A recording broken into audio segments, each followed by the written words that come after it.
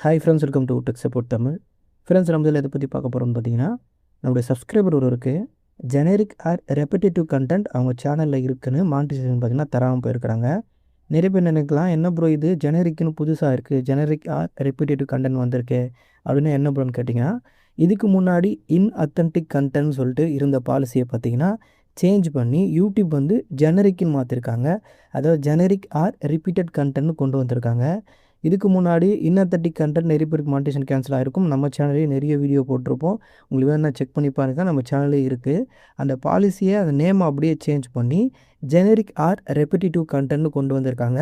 இதுக்கப்புறம் நீங்கள் யாராவது உங்கள் சேனலில் இன்அத்தன்டிக் கண்டென்ட் போட்டால், அதாவது மாஸ் ப்ரொடியூஸ்டு கண்டென்ட் இல்லை லோ எஃபெக்ட் வீடியோஸ் போட்டால், இல்லை ஏஐ வச்சு ஏதாவது வீடியோ எடிட் பண்ணி போட்டால், உங்களுக்கு வந்து இதுக்கப்புறம் இன்அத்தன்டிக் கண்டென்ட் வராது, ஜெனரிக் ஆர் ரெப்பிட்டேட்டிவ் கண்டென்ட் இந்த மாதிரி தான் வரும். இந்த வீடியோவில் இந்த பாலிசி பற்றி தான் டீட்டெயிலாக பார்க்க போகிறோம். அதாவது இந்த பாலிசிக்காக என்னென்ன டைப்லாம் வரும், எப்படிலாம் வீடியோ நம்ம போடக்கூடாது, இது எல்லாத்தையுமே தான் பார்க்க போகிறோம். அது மட்டும் இல்லாமல் உங்களுக்கு இந்த ப்ராப்ளம் வந்திருக்குன்னா இதை எப்படி சரி செஞ்சு திரும்ப யூடியூப்பில் மானிட்டைசேஷன் வாங்குறது, அதை பற்றியும் டீட்டெயிலாக இந்த வீடியோவில் எக்ஸ்பிளைன் பண்ணியிருக்கேன். நீங்கள் ஒரு யூடியூப் கிரியேட்டராக இருக்கீங்க, உங்களுக்கு இந்த ப்ராப்ளம் வரலாம் கூட இந்த வீடியோ பாருங்கள். எதனால்னா இந்த பாலிசி இதுக்கு முன்னாடி இருந்தது கிடையாது. இவங்க புதுசாக நிறைய சேஞ்சஸ் பண்ணி கொண்டு வந்திருக்காங்க. இதுதான் இப்போதைக்கு யூடியூப்பில் இருக்கிற மானிட்டைசேஷன் பாலிசி. இதை நீங்கள் ஃபாலோ பண்ணி வீடியோ போட்டால் தான் உங்களுக்கு ஃபியூச்சரில் மானிட்டைசேஷன் கிடைக்கும்.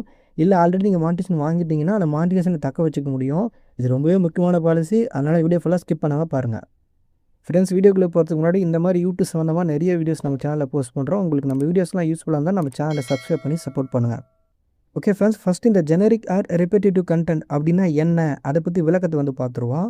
அதுக்கு வந்து வாட்டிஸ்ஃபுட் ஆப்பில் இந்த மாதிரி உங்களுக்கு ஷோ ஆகுது பார்த்தீங்களா, இந்த ப்ராப்ளம் உங்களுக்கு வந்துருந்தால் கண்டிப்பாக உங்களுக்கு இந்த மாதிரி ஷோ ஆகும். இதில் அது பக்கத்தில் ஒரு ஆரோ மார்க் இருக்குது பாருங்கள், அந்த ஆரோ மார்க்கை கிளிக் பண்ணிங்கன்னா அதை பற்றி கொஞ்சம் டீட்டெயிலாக சொல்லியிருப்பாங்க. இதில் ஜெனரிக் ஆர் ரெப்பிட்டேட்டிவ் கண்டென்ட் போட்டிருக்காங்க பாருங்கள், அது கீழே சொல்லியிருக்காங்க பாருங்கள், content that appears generic or repetitive or does not deliver significant creative educational or other வேல்யூன்னு போட்டிருக்காங்க. இதில் அவங்க என்ன சொல்லியிருக்காங்கன்னா, உங்கள் சேனலில் இருக்கிற வீடியோஸ் வந்து ஜெனரிக் வந்து ரிப்பீட்டேட்டிவாக இருக்குது அப்படின்னா பார்க்குறதுக்கு ஒரே மாதிரி இருக்குது அப்படின்னு சொல்கிறாங்க. திரும்ப திரும்ப வர மாதிரி இருக்குது அப்படின்னு சொல்கிறாங்க. அது மட்டும் இல்லாமல் அதில் significant creative or educational or other value இல்லைன்னு சொல்கிறாங்க. இந்த கிரியேட்டிவ் ஆர் எஜுகேஷ்னல் அதர் வேல்யூனா என்னென்னா, நீங்கள் அந்த வீடியோவில் உங்கள் சொந்த குரலை கொடுத்துருக்கணும், சொந்த வாய்ஸ் வச்சு வாய்ஸ் ஒரு மாதிரி பேசியிருக்கணும். அப்படிலாம் நீங்கள் அந்த பர்சன் வந்து உள்ளே அப்பியர் ஆகி நீங்கள் ஏதாவது பண்ணியிருக்கணும். இது ரெண்டுத்தில் ஏதாவது கண்டிப்பாக இருக்கணும். இருந்தால் தான் அது ஒரிஜினல் கண்டென்ட் ஆகும். அப்படி இல்லைனா இது ஜெனரிக் ஆர் ரெப்பிட்டேட்டிவ் கண்டென்ட்டாக தான் மாறும். நீங்கள் உங்கள் சேனலை எடுத்து வீடியோஸ் எடுத்து பார்த்தீங்கன்னா அதில் வந்து நீங்கள் கண்டிப்பாக நான் சொன்ன மாதிரி ஏதாவது பண்ணியிருப்பீங்க. அதாவது வாய்ஸ் கொடுத்துருக்க மாட்டீங்க. அப்படி இல்லைனா வந்து நீங்கள் வந்து எதுவும் பண்ணியிருக்க மாட்டீங்க. இல்லைனா சில பேர் சொல்லலாம், இல்லை ப்ரோ நான் வாய்ஸ் கொடுத்துருக்கேன், இல்லை நான் வந்து அந்த வீடியோவில் ஏதோ பண்ணியிருக்கேன், ரியாக்ஷன் மாதிரி பண்ணியிருக்கேன், அந்த மாதிரி சொல்லலாம்.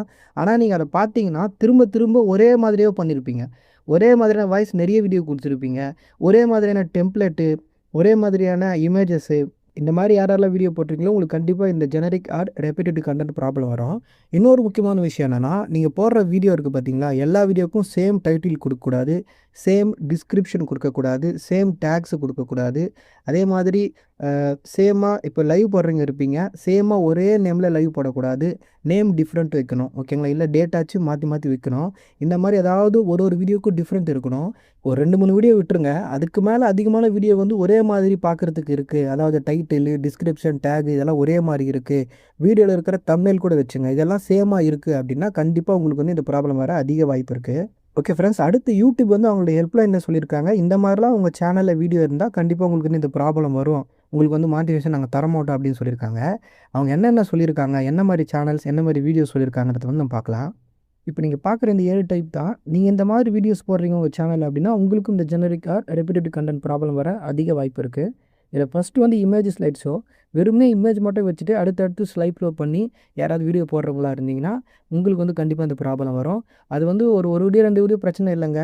ஆனால் நீங்கள் எல்லா வீடியோ இதே மாதிரி தான் போட்டுகிட்டே இருக்கீங்கன்னா அப்போ தான் உங்களுக்கு பிரச்சனை. இப்போ இது சொல்கிற 7 பாயிண்ட்டுமே வந்து நீங்கள் ஒரு வீடியோ 2 வீடியோ பண்ணுறீங்கன்னா கூட தப்பிச்சுப்பீங்க.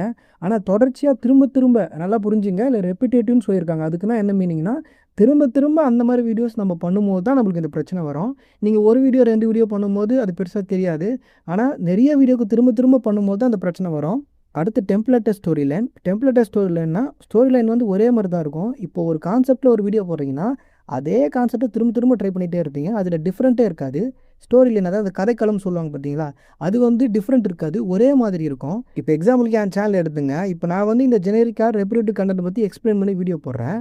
இப்போ எனக்கு வந்து இது நல்லா வியூஸ் போகுதுன்னு வச்சுப்போம். இப்போ நான் என்ன பண்ணுவேன்னா, இது நல்லா வியூஸ் போகுதுன்றதுக்காக திரும்ப திரும்ப இதே டாப்பிக்கில் இதையே எக்ஸ்பிளைன் பண்ணி திரும்ப திரும்ப வீடியோ போட்டால் அதுதான் இந்த டெம்ப்ளேட்டட் ஸ்டோரி லைன் அர்த்தம். ஓகேங்களா? நான் ஒரே மாதிரி கதைக்களத்தை வச்சு ஒரே மாதிரி கான்செப்டை திரும்ப திரும்ப ஒரே மாதிரி போடுறேன். நீங்கள் யாராவது இந்த மாதிரி வீடியோஸ் போடுறீங்கன்னா, அதாவது சேம் டெம்ப்ளேட் ஸ்டோரியில் வச்சு வீடியோ போடுறீங்கன்னா, உங்களுக்கு கண்டிப்பாக இந்த ப்ராப்ளம் வரும். அடுத்து ஸ்க்ரோலிங் டெக்ஸ்ட்டு. ஸ்க்ரோலிங் டெக்ஸ்ட்னா என்னென்னா, அவங்க வீடியோஸில் வெறுமனே டெக்ஸ்ட்டை மட்டும் வச்சுட்டு இதுக்கு ஆன்சர் சொல்லுங்கள், இது வந்து கண்டுபிடிங்க, இந்த மாதிரி வீடியோ போட்டிருப்பாங்க. இந்த மாதிரிலாம் யாரெல்லாம் போடுறீங்களோ உங்களுக்கும் பார்த்தீங்கன்னா இந்த ப்ராப்ளம் வர அதிக வாய்ப்பு இருக்குது.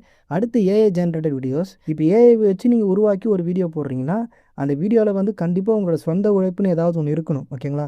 உங்கள் சொந்த வாய்ஸ் கொடுத்துருக்கணும். இல்லை நீங்கள் வந்து அதில் ஏதாவது ஒரு சின்ன எடிட்டிங்கில் ஒரு கான்ட்ரிபியூஷன் பண்ணியிருக்கணும். அதாவது டிஃப்ரெண்ட்டாக எடிட் பண்ணியிருக்கணும். உங்களுடைய தனித்துவமான படைப்பு ஏதாவது படைப்பாற்றல் ஏதாவது அதில் இருக்கணும்னு சொல்கிறாங்க யூடியூப். ஓகேங்களா?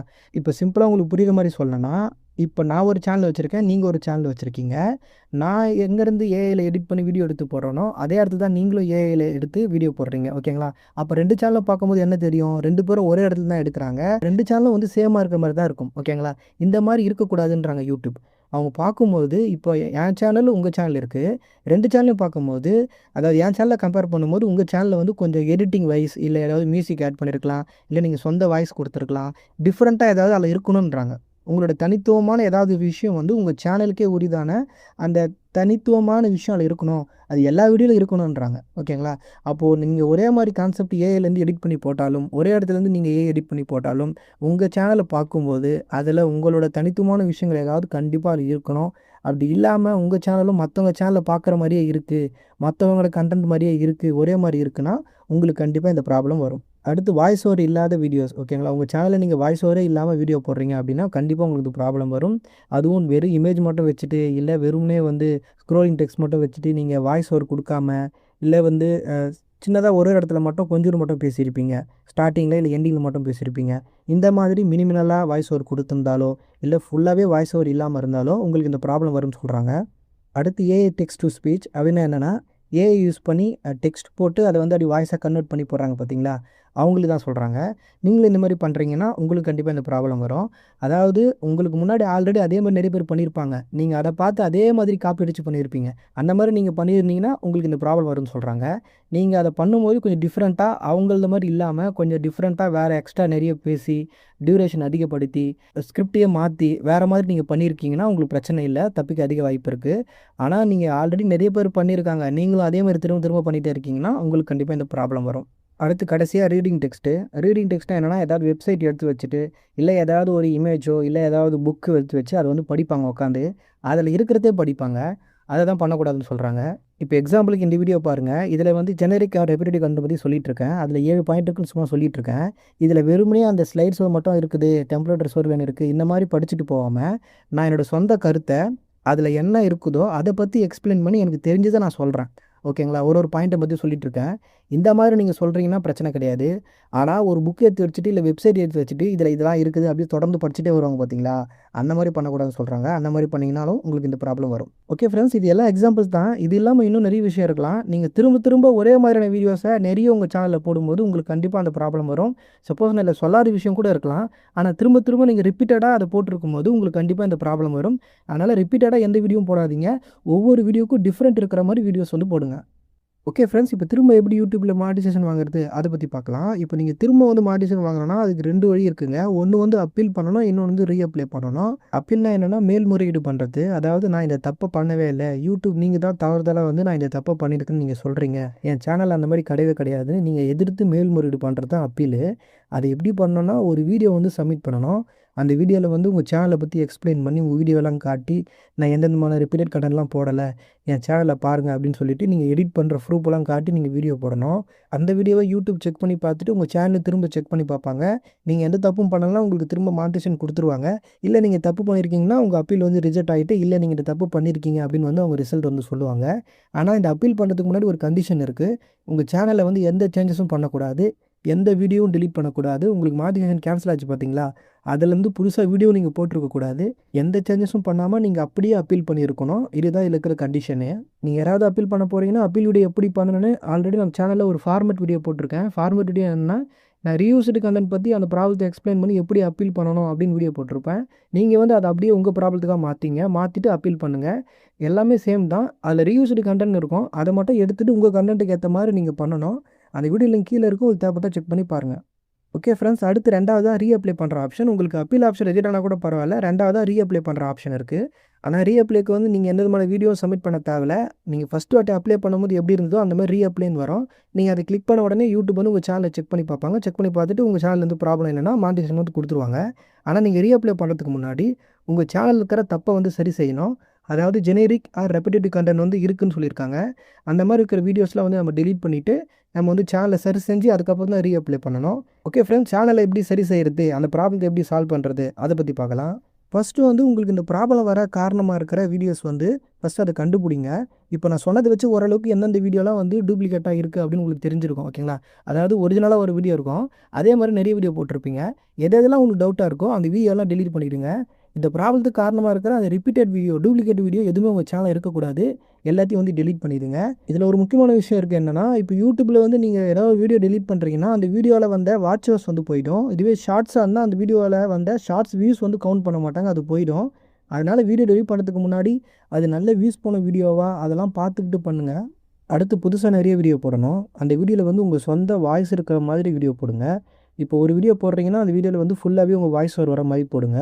புதுசாக நிறைய வீடியோ போடும்போது அந்த ப்ராப்ளம் வந்து சால்வ் ஆக அதிக வாய்ப்பு இருக்குது. அடுத்து மானிடைசேஷன் எலிஜிபிலிட்டி வந்து கம்ப்ளீட் பண்ணோம். எலிஜிபிலிட்டினா என்னென்னா, இப்போ லாங் வீடியோ போகிறவங்களா இருந்தீங்கன்னா நீங்கள் லாஸ்ட் 12 மாதத்தில் 4000 வாட்ச் அவர் எடுத்துருக்கணும் அப்படின்னு சொல்லியிருப்பாங்க. இதுவே நீங்கள் ஷார்ட்ஸ் வீடியோ போகிறவங்களா இருந்தீங்கன்னா நீங்கள் கடைசி 90 நாளில் வந்து 1 கோடி ஷார்ட்ஸ் எடுத்துருக்கணும் அப்படின்னு சொல்லுவாங்க. இதை வந்து நீங்கள் கம்ப்ளீட் பண்ணணும். புது வீடியோலாம் போட்டு அதை கம்ப்ளீட் பண்ணணும். கம்ப்ளீட் பண்ணதுக்கு அப்புறம் தான் உங்களுக்கு இந்த ரீஅப்ளை பண்ணுற ஆப்ஷனே வரும். இந்த ரீஅப்ளை எப்போ வரும்னா 90 நாள் கழித்து வரும். ஓகேங்களா, இப்போ தான் உங்களுக்கு ஃபஸ்ட்டு வாட்டி மானிடைசேஷன் கேன்சல் ஆயிருக்குன்னா உங்களுக்கு 30 நாள் கழித்து வரும். இல்லை நீங்கள் வந்து ஆல்ரெடி இந்தமாதிரி மானிடைசேஷன் கேன்சல் ஆகிருக்கு, நான் செகண்ட் டைம் வந்து அப்ளை பண்ணுறேன் அப்படின்னா உங்களுக்கு 90 நாள் கழித்து தான் அந்த ரீஅப்ளை பண்ணுற பட்டன் வரும். உங்களுக்கு அந்த ரீஅப்ளை பண்ணுற பட்டன் எந்த பிரச்சனையும் இல்லாமல் வரணும், அங்கே ஷோ ஆகணும்னா அப்போ கண்டிப்பாக நீங்கள் வந்து இந்த எலிஜிபிலிட்டி வந்து கம்ப்ளீட் பண்ணியிருக்கணும். அப்போ தான் வரும். அது மட்டும் இல்லாமல் 2 ஸ்டெப் வெரிஃபிகேஷன் வந்து ஆனில் இருக்கணும். அப்போ தான் வரும். அதே ஞாபகம் வச்சுங்க. அந்த ரீஅப்ளை பட்டன் வந்து எங்கே ஷோ ஆகுனா, ஒரு வேர்டிஸ்டுடியோ ஆப்பில் ஏர்னிங் பேஜ் இருக்குல்ல, அதில் வந்து இந்த ப்ராப்ளம் கொடுத்துருக்காங்க பாருங்கள். இதுலேயே ஆப்ஷன் 2ன்னு போட்டு edit your channel and reapply கொடுத்துருக்கு பார்த்தீங்களா, அந்த ஆப்ஷனுக்கு கீழே வந்து ரீஅப்ளைன்னு ஷோ ஆகும். ஷோ ஆகிறப்போ அதை நீங்கள் ரீஅப்ளைன்னு கிளிக் பண்ணால் போதும், உங்கள் சேனல் வந்து ரிவ்யூ பண்ணி எடுத்துப்பாங்க. எடுத்துகிட்டு அவங்க செக் பண்ணி பார்த்துட்டு உங்கள் சேனல் எந்த ப்ராப்ளம் இல்லைனா உங்களுக்கு மானிடைசேஷன் வந்து திரும்ப கொடுத்துருவாங்க. ஓகே ஃப்ரெண்ட்ஸ், அவ்வளோதான். இந்த ப்ராப்ளத்தை இப்படி தான் நம்மளால் சால்வ் பண்ண முடியும். இது இல்லாமல் வேறு வழி கிடையாதுங்க. உங்களுக்கு இதில் வேறு ஏதாவது டவுட் இருக்குன்னா கீழே வந்து கமெண்ட்டில் சொல்லுங்கள். இந்த வீடியோ உங்களுக்கு யூஸ்ஃபுல்லாக இருந்தால் வீடியோ ஒரு லைக் பண்ணுங்கள். இந்த மாதிரி நிறைய யூஸ்ஃபுல்லாக பார்க்க மறக்காம சேனலை சப்ஸ்கிரைப் பண்ணி சப்போர்ட் பண்ணுங்கள். இந்த வீடியோ மற்றவங்களுக்கும் யூஸ்ஃபுல்லாக இருக்கும் அப்படின்னு நினச்சிங்கன்னா ஹைப் பட்டன் இருக்குது பாருங்கள், அதை வந்து கிளிக் பண்ணுங்கள். ஓகே ஃப்ரெண்ட்ஸ், அடுத்த ஒரு யூஸ்ஃபுல்லாக வீடியோவில் பார்க்கலாம். தேங்க்ஸ் ஃபார் வாட்சிங்.